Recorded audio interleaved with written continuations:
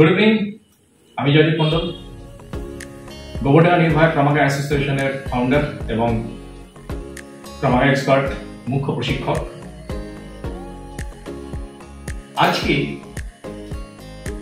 একটা বিশেষ পদ্ধতি বা কৌশল নিয়ে এসেছি। সচরাচর আমাদের রাস্তাঘাটে পথে চলতে বা কোনো কারোর সঙ্গে মনোমালিন্যতা হলে আমরা যে সমস্যার সম্মুখীন হই, কি সমস্যার সম্মুখীন হই? খালি হাতে কে কিভাবে আক্রমণ করতে পারে? ন্যাচারালি প্রথমে এসেই তারা কি করতে চায়? হাঁক করে, গ্রিপ করে, আমাকে কাবু করতে চায়, জড়িয়ে ধরে আমাকে কোথাও ফেলে দিতে চায়। এটা হচ্ছে একটা স্বাভাবিক, সাধারণত মারপিটের মধ্যে বা স্বাভাবিক কারোর যদি রাগ থেকে যায়, সেই রাগের বশে সে এই ধরনের অ্যাক্টিভিটিসগুলো করে। তো আমাদেরকে কেউ যদি হাঁক করে, মানে জড়িয়ে ধরে, সে সামনে থেকে হতে পারে, পিছন থেকে হতে পারে, লেফট সাইড থেকে হতে পারে, রাইট সাইড থেকে হতে পারে। তো সেই মুহূর্তে আমরা কিভাবে রিলিজ করব? অনেক সময় আবার দেখা যায় একটা জিনিস, যে 2-3 জন এসছে আমাকে তাদের কথা মতো চলতে বা মারতে, ঠিক আছে? তো এমন অবস্থায় একজন চেষ্টা করে হাঁক করে আমাকে কাবু করে ফেলতে, এবং বাকি যে 2 জন আছে তারা কিন্তু আক্রমণ করার চেষ্টা করে। তারা যদি আমার হাতের উপর থেকে গ্রিপ করে ফেলে, হাঁক করে, সে সামনে থেকে হতে পারে, পিছন থেকেও হতে পারে।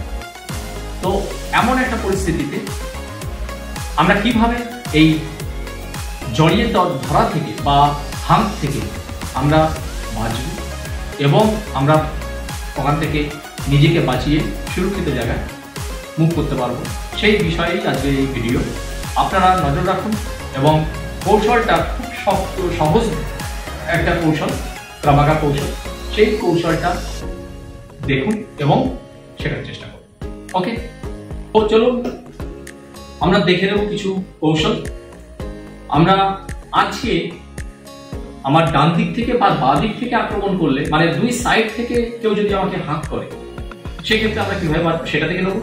পরবর্তীকালে আমরা চেষ্টা করবো সামনে থেকে এবং পিছন থেকে হাঁক করলে কিভাবে বাঁচবো, তার ভিডিও আমি পোস্ট করবো। আজকে আমরা রাইট অ্যান্ড লেফট সাইড থেকে বিয়ার হাঁক করলে কিভাবে বাঁচবো সেই কৌশল দেখবো। চলুন, তো আমার সঙ্গে আজকে আমার এই ভিডিও করাতে সহযোগিতা করছে স্বর্ণদীপ মন্ডল, আমার এক্সপার্ট টিমের একজন সদস্য।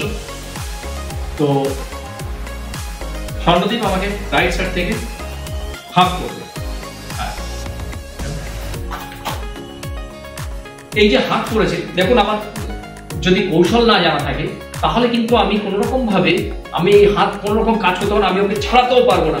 ন্যাচারালি আমি কিন্তু বন্দি, কারণ আমার 2টো হাত ব্লক করা এবং 2টো পা আমি আমার মাটিতে লাগানো, ফলে আমার কোনো রকম ভাবে আক্রমণ করার কিন্তু আর চান্স নেই, ঠিক আছে? তো এইরকম একটা ক্ষেত্রে আমরা কি করব? ফার্স্ট আমরা আমাদের স্ট্যাবিলিটি বাড়াবো। স্ট্যাবিলিটি আপনারা জানেন, আমার ভিডিওতে যারা নিয়মিত চোখ রেখেছেন তারা জানেন যে স্ট্যাবিলিটি মানেই হচ্ছে আমাদের ক্রমাগার মধ্যে সেমি প্যাসিভ স্টান্স বলা হয় যেটাকে, সেই স্টান্সটাকে রেডি করা। তো সেমি প্যাসিভ স্টান্স হচ্ছে জাস্ট আমাদের সেমি প্যাসিভ স্টান্স রেডি করলাম, আমি এতে কি হচ্ছে, আমার স্ট্যাবিলিটি বিল্ড করছি। স্ট্যাবিলিটি যখনই বিল্ড করছি তখনই আমি আমার হাতের মুভমেন্ট করার জন্য কিছুটা জায়গা আমি তৈরি করতে পারছি, ঠিক আছে? দেখুন, আমি যদি এইভাবে দাঁড়িয়ে থেকে মারার চেষ্টা করি তাহলে আমার থাইতেই কিন্তু আমি ওর ড্রয়িংয়ে স্ট্রাইক করতে পারবো না, আমার থাইতেই আটকে যাচ্ছে, সোজাভাবে আটকে যাচ্ছে, ঠিক আছে? এই জন্য আমি লেফট লেগটাকে একটু এগিয়ে সেই প্যাসিভ স্টান্স যখনই রেডি করেছি তখনই আমি ওর ড্রয়িংয়ে স্ট্রাইক করার জন্য ফ্রি অ্যাক্সেসটা পেয়ে যাচ্ছি, ঠিক আছে? এই ফ্রি অ্যাক্সেসটাকে কাজে লাগিয়ে আমরা সর্বপ্রথম কি করব? ওর ড্রয়িংয়ে একটা স্ট্রাইক করব। এই যে স্ট্রাইক ওপেন হ্যান্ডে বা ওপেন হ্যান্ড বা পাম হিল স্ট্রাইক, এই পাম হিল দিয়ে যখনই আমি স্ট্রাইকটা করবো ড্রয়িংয়ে, ওর একটা যন্ত্রণা হবে, পেন হবে, এবং পেন হওয়ার সাথে সাথে কিন্তু ওর হাতের যে গ্রিপ সেটা কিন্তু অনেকটা ঢিলা হয়ে যাবে, এবং এইটা স্ট্রাইক করতে করতে আমাকে ওর হাতটাকে গ্রিপ করে ফেলতে হবে যাতে ও ছেড়ে না পালায়। কারণ এরপরেও আমার সম্পূর্ণ আমাদের যে ক্রমাগার কিছু নিয়ম আছে, যে রুলস আছে, সেই রুলসগুলোকে ফলো করতে হবে এবং ক্রমাগত যে মোটো সেটাকে মেনটেন করতে হবে। আমরা সকলেই জানি, সে বিষয়ে এই ভিডিওতে বলছি না। কিন্তু আমাদের যে মোটো মেনটেন করা, যে মারা দে, যখনই গ্রোয়িং এ হিট করবো তখনই এনিমি কিন্তু গ্রোয়িং এ যখন ইনজুরি হবে তখন সে কিন্তু হিপ পিছনে দিয়ে পালানোর চেষ্টা করবে, সে আমাকে ছেড়ে দিতে চেষ্টা করবে, কিন্তু আমার বাঁ হাত তাকে গ্রিপ করে রাখবে, তাকে পালাতে দেবে না। ঠিক আছে, শক্তভাবে গ্রিপ থাকবে। এখানে হিট করা হয়েছে, এরপরে গ্রিপ করার পর এলবো, দেখুন এলবো দিয়ে ওর তল পেটে একটা এলবো স্ট্রাইক হবে। এলবো স্ট্রাইক হলে সে আরো খানিকটা পিছিয়ে যাবে এবং তার ফেস কিন্তু আমার থেকে খানিকটা দূর থাকবে। এবং এই যে elbow access side down to up, যে এলবো স্ট্রাইক, এটা কিন্তু সহজ হয়ে যাবে। একদম ওর মুখের চিনে একটা সজোরে স্ট্রাইক হবে, এই স্ট্রাইকের পর আমরা হাতটাকে ওপর দিয়ে তুলে নেব এবং আমাদের রাইট লেগ ব্যাক শিফটিং হবে, রাইট লেগটাকে ব্যাক শিফটিং করব, সাথে সাথে হ্যামার স্ট্রাইকটা ওর কানের নিচে সজোরে স্ট্রাইক করব। যখনই কানের নিচে সজোরে স্ট্রাইক করব ম্যাক্সিমাম ইনজুরি হবে এবং গর্দানটাকে গ্রিপ করে দেন রেগুলার কিক গ্রোয়িং এ এবং ওকে ফেলে দিতে সুবিধা হবে। ওকে,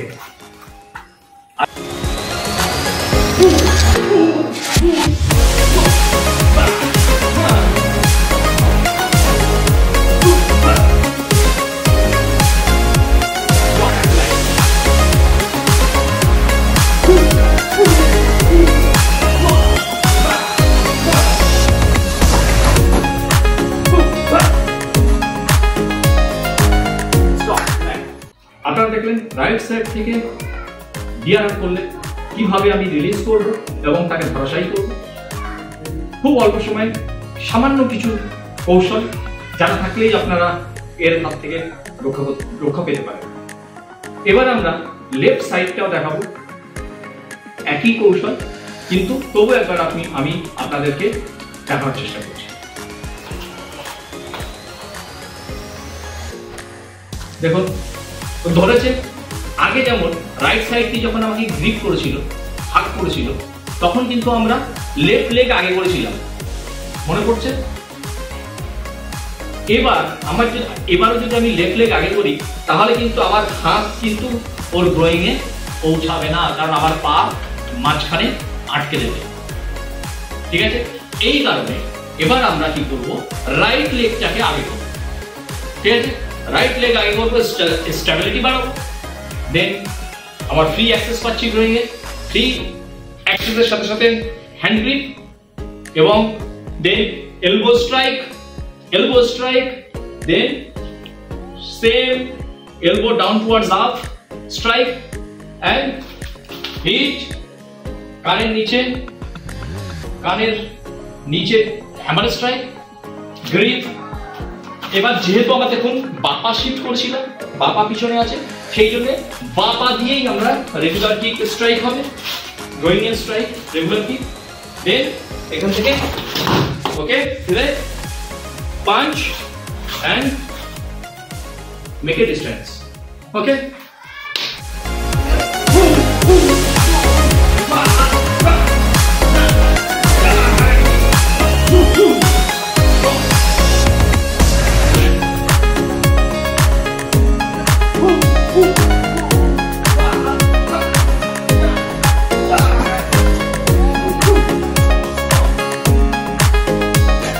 তো আপনারা দেখলেন উভয় সাইড থেকে কেউ যদি ডিআরআর করে তো সেক্ষেত্রে আমরা কিভাবে বাঁচবো বা কোন কৌশল অ্যাপ্লাই করে আমরা বাঁচতে পারবো, নিজেকে রিলিজ করতে পারবো।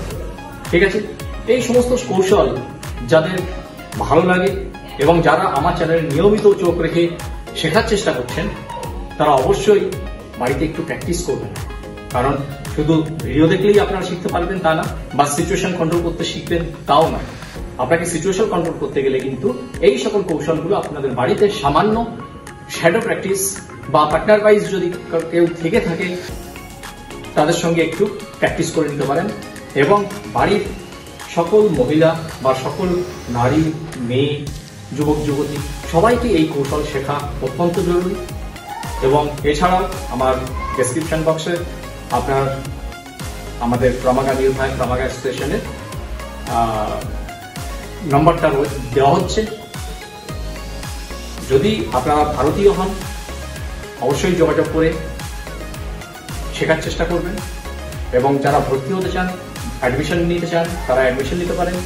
এছাড়াও যারা অনলাইন ক্লাস করতে চান তারা অবশ্যই যোগাযোগ করবেন নিচের ডেসক্রিপশনে দেওয়া নম্বর থেকে। ওকে, চলুন আজকে তাহলে এখানে শেষ করা যাক। নমস্কার।